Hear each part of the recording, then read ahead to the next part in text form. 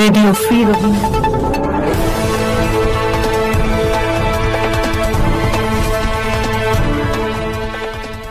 সর্বশেষ সংবাদ। আরাকানে এআরএসএ এবং রাখাইন বিদ্রোহী এর মধ্যে সংঘর্ষ। একে ব্যাপক ক্ষতি। এআরএসের সকল সদস্য নিরাপদে ফিরে গেছে। আরএফআর নিউজ 7 অক্টোবর 2025। Arakan, Myanmar.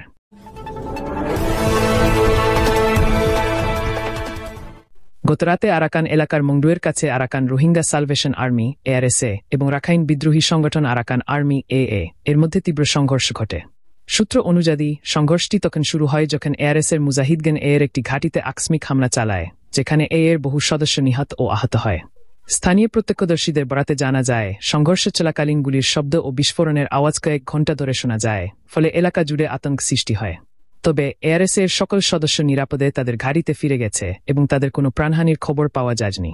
সূত্রমতে এই অভিযানটি এআরএসএ কর্তৃক রাখাইন বিদ্রোহীদের সাম্প্রতিক নির্যাতনের প্রতিশোধ হিসেবে পরিচালিত হয়েছে। এলাকার এখনও উত্তেজনা বিরাজ করছে এবং স্থানীয় জনগণ পরিস্থিতির দিকে নিবিড়ভাবে নজর রাখছে। আরএফআর প্রতিবেদক আরাকান ও মংডুর ময়দান থেকে প্রতিদিন এআরএসএ এবং রাখাইন বিদ্রোহীদের মধ্যে চলমান সংঘর্ষের তদন্তে নিয়োজিত রয়েছে।